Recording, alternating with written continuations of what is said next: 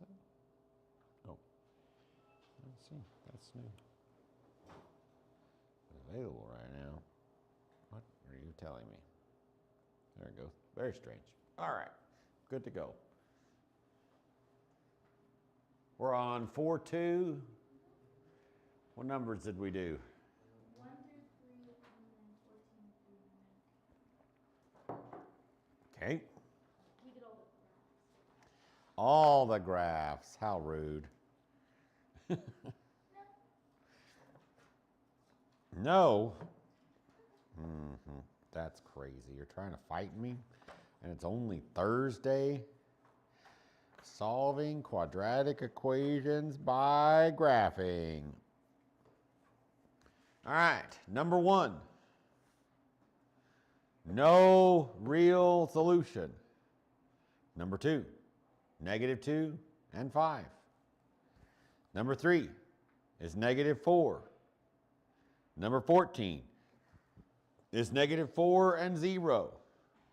Number 15 is no real solution. Number 16 is 2.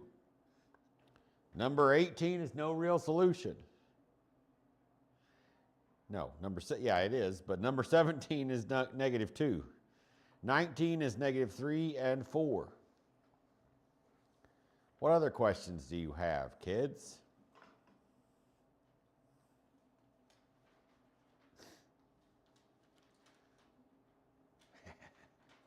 Can we do 3? Sure. That's going to require some strange things because I forgot to grab my tablet. But I think we can do the same thing with my cell phone, but I need to retrieve it.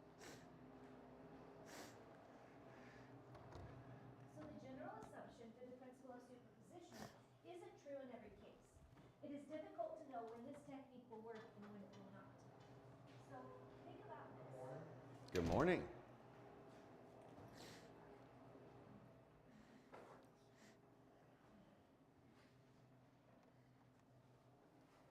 I am going to throw something out there. Are you ready? I would rather you come to class on time. Enough said. I'm only a bit late. I would rather you were on time or early, is what I'm telling you. I don't know that there's anything else that needs to be said. If it's once or twice, that's one thing. But if it's an every time, it starts to get a bit obnoxious. Number 3 is the one you asked for? Mm-hmm. I really like this lesson. Okay. Don't get used to it because we're not going to do this one very much. This one is conceptual. We got some imaginary numbers after this, right? Maybe. No, factoring next. All right, we're going to solve that by graphing. Let me spin the television around.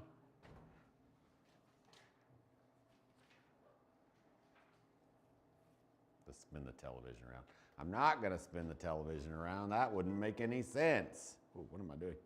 I'll do that one. How about this one? But I am going to spin the camera around.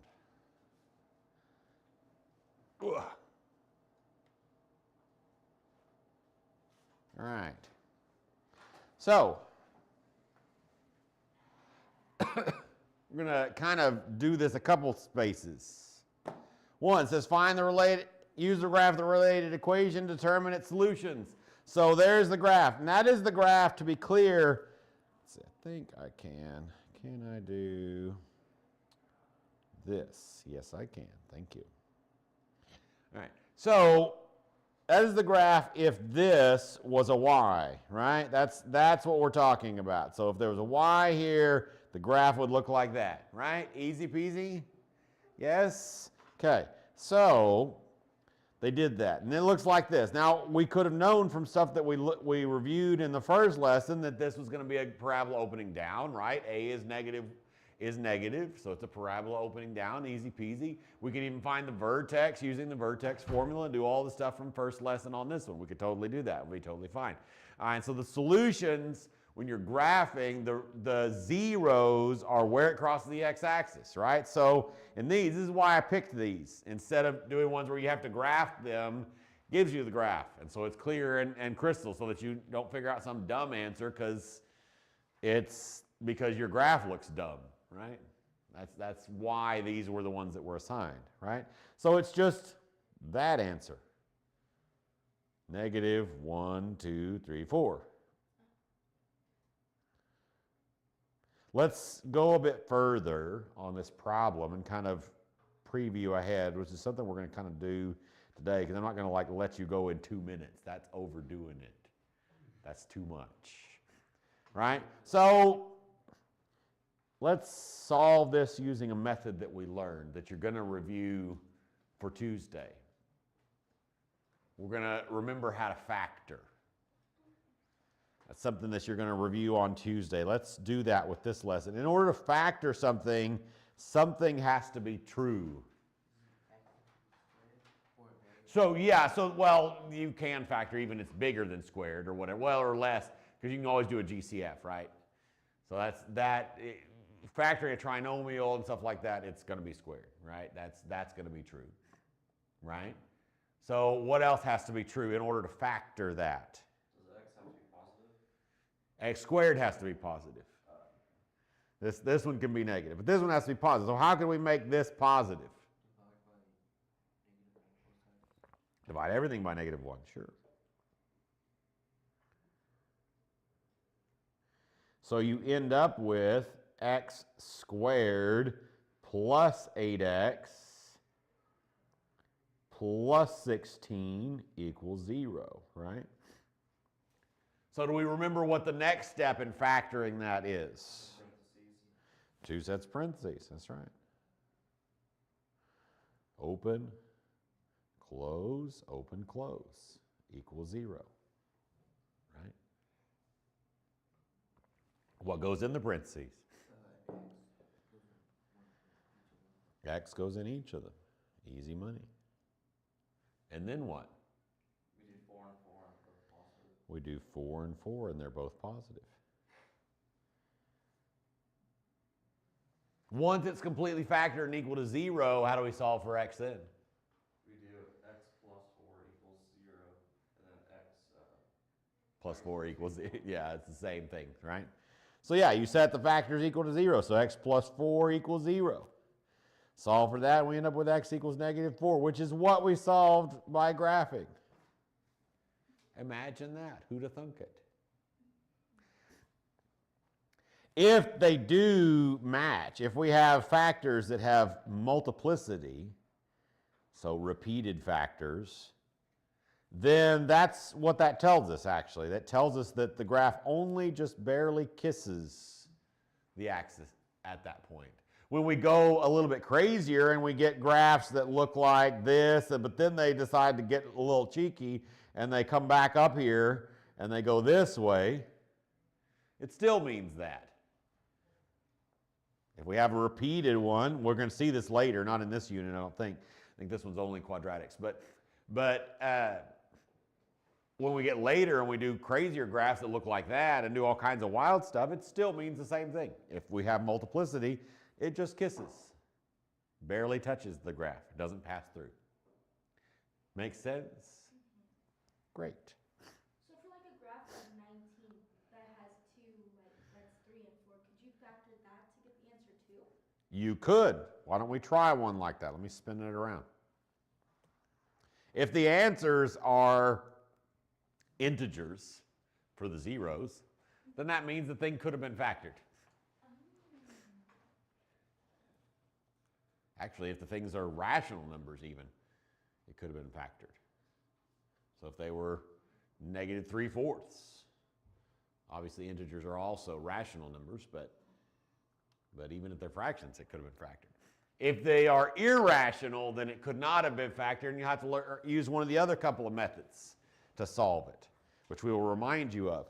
I think last year in algebra, 2 years ago, in algebra 1, we got to at least the quadratic formula, but I could be remembering wrong. I do that often enough. We got to the formula whenever 2 years Yeah, that's kind of what I was thinking. Okay, so the question was, could you factor 19 to get the answer? Yes, you could. Let's look at 19. So that's a great one to do. X squared plus 0.5x plus 6 equals 0. And our new instructions are solved by factoring. He's all kinds of ugly to factor. We need to clean him up. Can we multiply by negative 2 on everything? I wouldn't multiply by negative 2. Yeah, just normal negative 2. Yeah. Well, negative 2 would be fine, sure. I was thinking to divide by negative 10, but your idea is better, so let's do your idea. Sounds great. We're going to multiply everything times negative 2.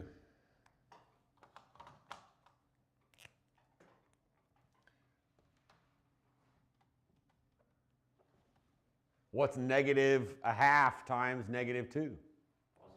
Positive 1. Positive 1. Well, that's nice. What's 1/2 times negative 2? Negative 1. Negative 1. And what's negative 2 times 6? Negative 12. Negative 12. Now we're going to factor. Parentheses. X.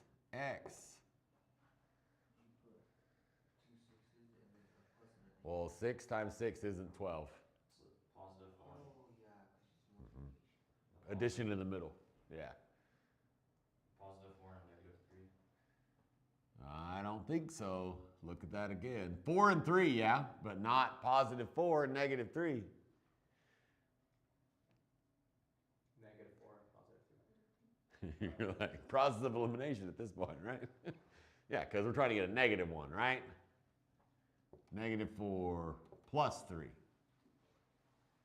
And so the answers, just like they are in the picture, are x equals 4 and negative 3. Cool beans. Nope, because when you set it x minus 4 equals 0, it flips.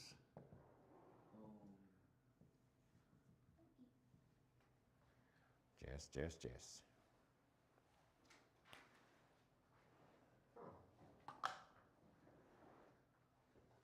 Any other questions from this lesson before we do some more math?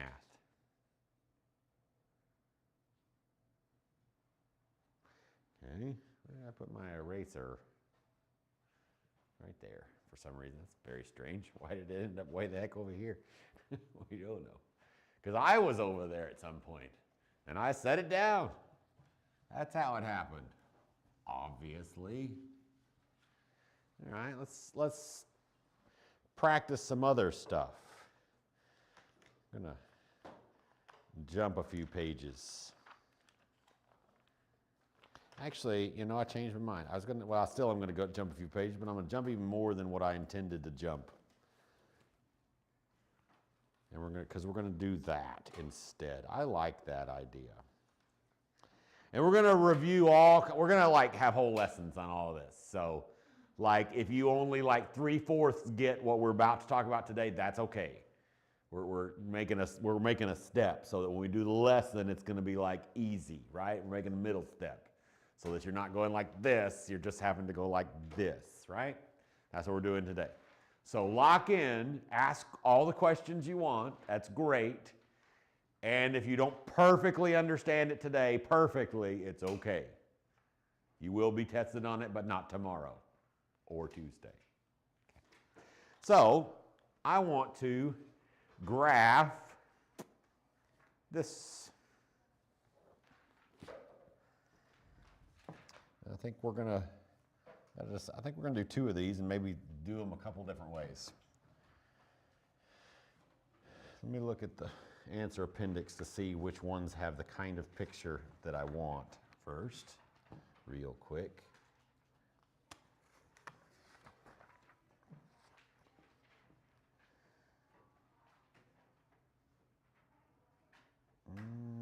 I think let's do this one. Yeah, that looks great. Let's start with this one. Instructions say graph. Y greater than x squared minus 6x plus 8. It's an inequality. What does that mean there's going to be in our end result of our graph? It's gonna be like a shaded area. There's going to be some shading. Yeah. Is it going to be shaded above or below the parabola?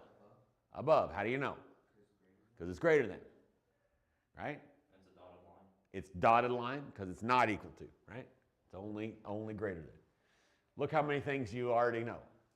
So let's find some things out about this. Let's start by finding its zeros so we can know where there's some dots on the x-axis.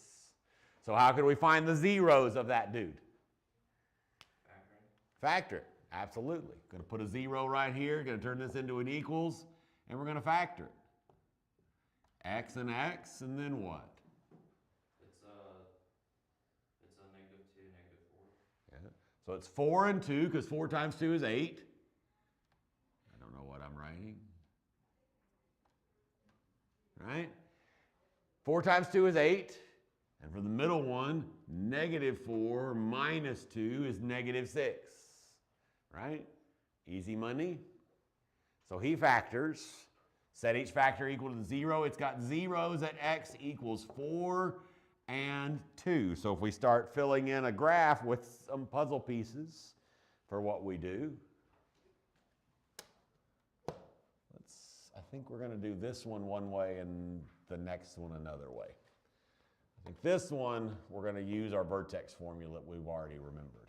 If there was a number for y other than 0, would it be like 4 and whatever that number is, or would you have to do something? What are you asking? If there was a different number for 0. You can't use this method if it has to be 0, right? Because that's the property that lets us do that is a times b equals 0, then we can set a equal to 0 or b equal to 0. Because one of them's got to be, maybe both. Right? So that's what lets us do that. So we've got a dot at 4 and at 2. Why did we change the x's to positive? It's like x minus 4. Because because it's x minus 4 equals 0 and x minus 2 equals 0. It's always going to flip the sign. It's all you can always just jump straight to the line. And here's the trick: if this was like a 5, then it would be 4 and 2/5. That's the other one. But if you want to just set this equal to 0, set this equal to 0, solve the 1 or 2 step equation, go for it. However, this is Algebra 2, and I'm going to encourage you to use your thinker. Both are great. You do you, boo. Great. Okay. Womp. Okay. So we got a dot at 2 and a dot at 4.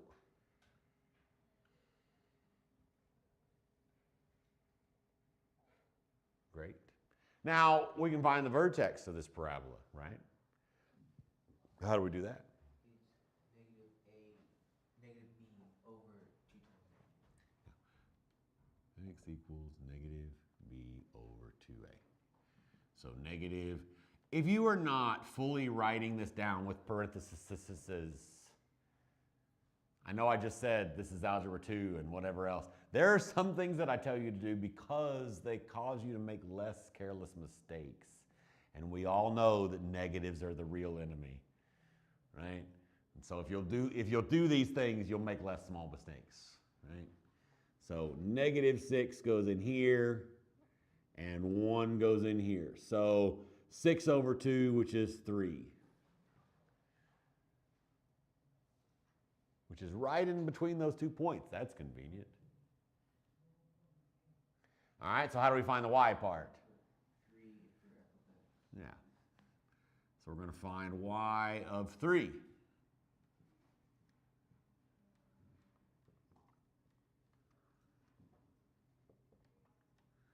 3 squared is still 9. Did everybody nod off for a minute? What are we doing? Negative 6 times 3 is negative 18. 9 minus 18 is negative 9. Negative 9 plus 8 is negative 1. True enough. So the vertex is at 3, negative 1. 1, 2, 3, negative 1. I think that's probably enough. Except it's dotted.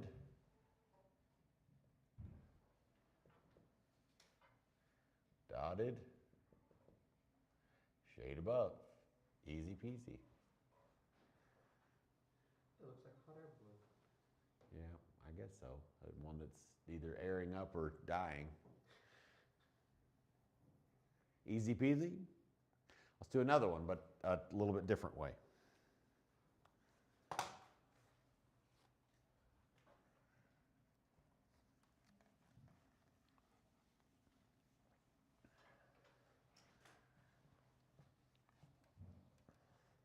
There was one more thing that we could have just grabbed from there. What was it? The 2 other points. We could have substituted stuff in and gotten some different points. That's true. But there was one other key point that we could have just grabbed. The y-intercept? No, I could not, Mr. Scroom, because this is the high school Algebra 2 class. Anyway, what did you say? The y-intercept? Yeah, the y-intercept. Just that number at the end, 8. Across the y-axis at 8. We could also, if we know that, we know the vertex, we could also figure out one that's on the symmetric other side, and we'd have that other point. What did he ask? If I could cover an advanced math topic. Oh. Okay. Nothing terrible. I was like, what did he ask? Let's do a neither one. I think this one looks good. I think not only does it look good, I think it looks great. Y is less than or equal to x squared plus 10x minus 4. And we are expected to graph it. So we could go to find the zeros. He's not going to factor. That's not going to happen. 4 times 1 is 4. Great. 4 plus 1 is not 10. 2 times 2 is 4. Great. 2 plus 2 is not 10. He don't factor. So we're going to start by doing something else with this. We're going to turn this that's in standard form into vertex form, and we're going to do it by completing the square. Okay? So step 1, we got to move the negative 4 over. We just got to push him over. He's in the way. We got to move him.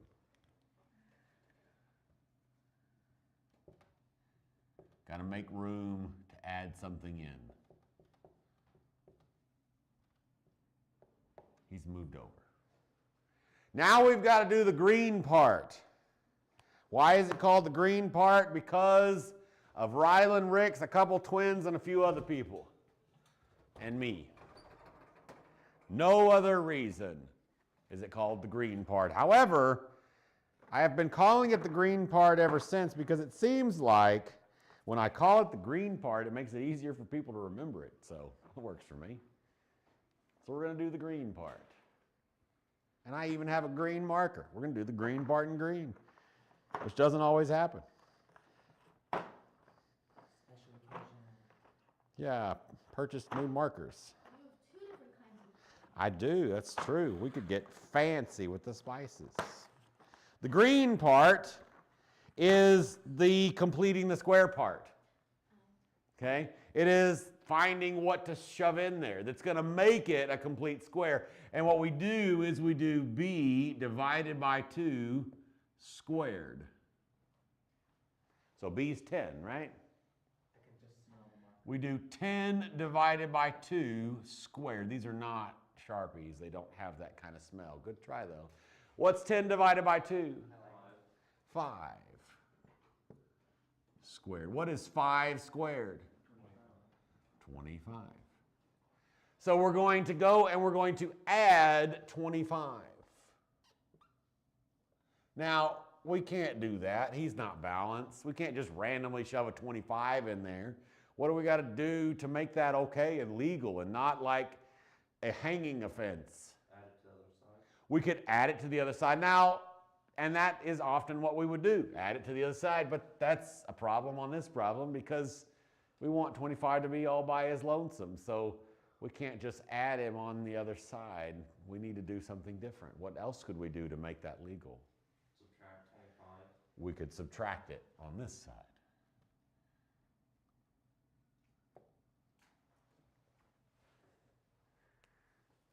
They accepted.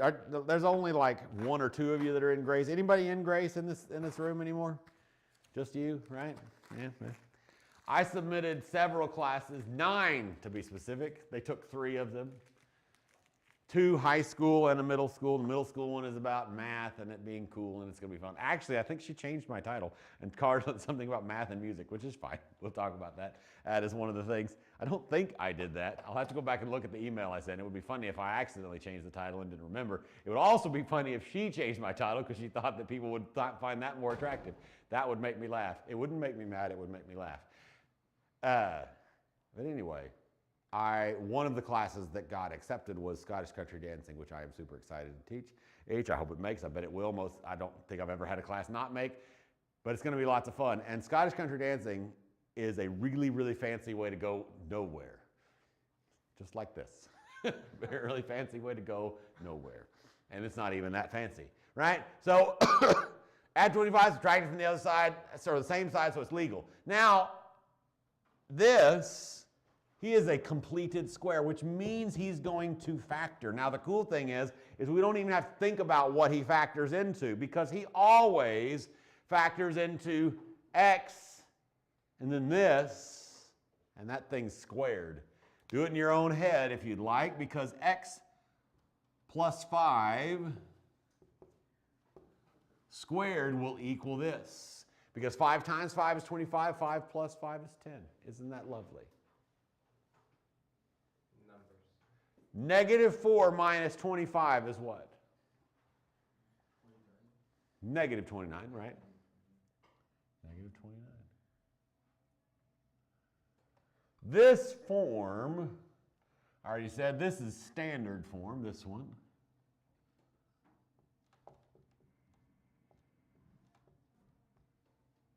Wow, that's ugly, but you get the idea.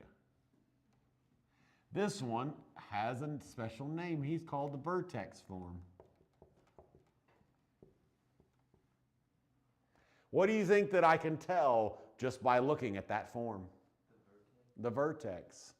Where do you think the vertex is? 529. That's a great guess. You're wrong, but it's a great guess. The vertex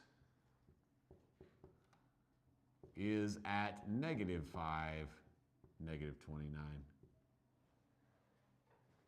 Remember, inside opposite. Inside the parentheses, the sign flips. Vertex is right there.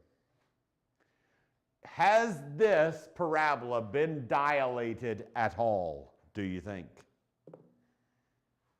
What is dilation? Start there. Stretch, compress, all that stuff. Has he stretched to the sky, or has he been compressed? Has he been flipped over? None of those things have happened. How do I know that?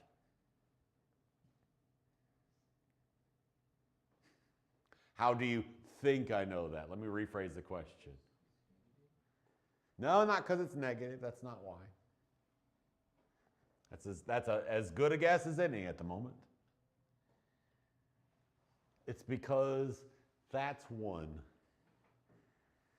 If there was a 2 right there, what do you think would happen to it? He doesn't move. These are what move it. It compressed it. 2 would stretch it. If it was inside, it would do the opposite and whatever else. But outside, if it's a 2, he would stretch. If it was a negative 1/2 right here, what do you think he would do? It would compress it and flip it over, because the negative would flip it over, and and then the 1/2 would compress it upwards, like that. Right? So this, when we go to graph the thing and count by 5s, would look like this.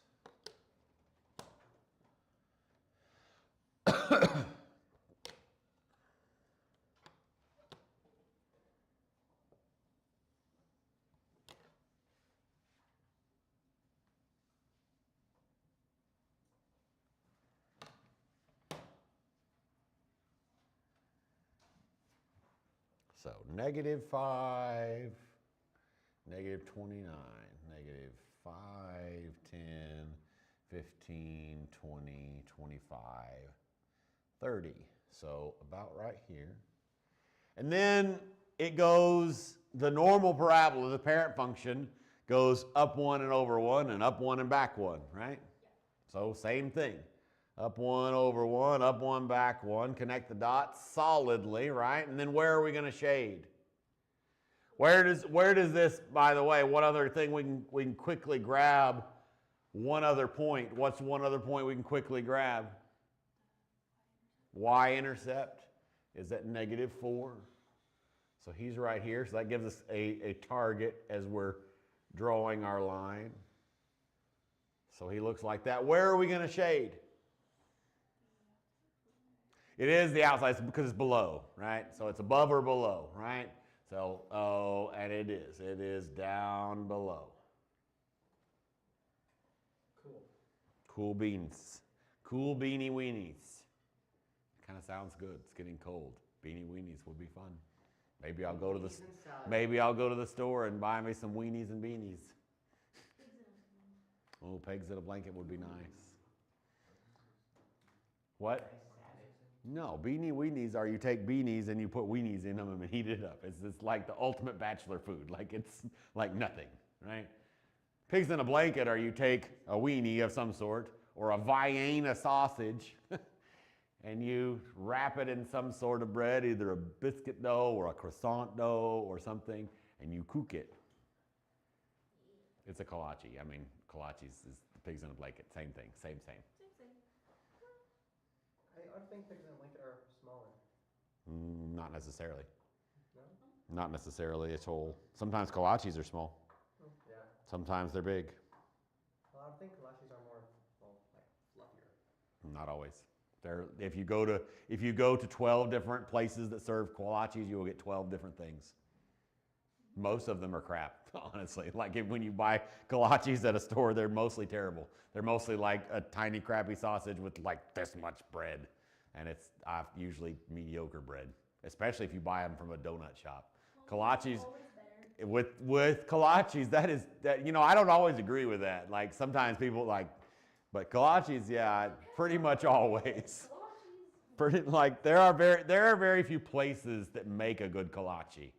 All right, kids, go away.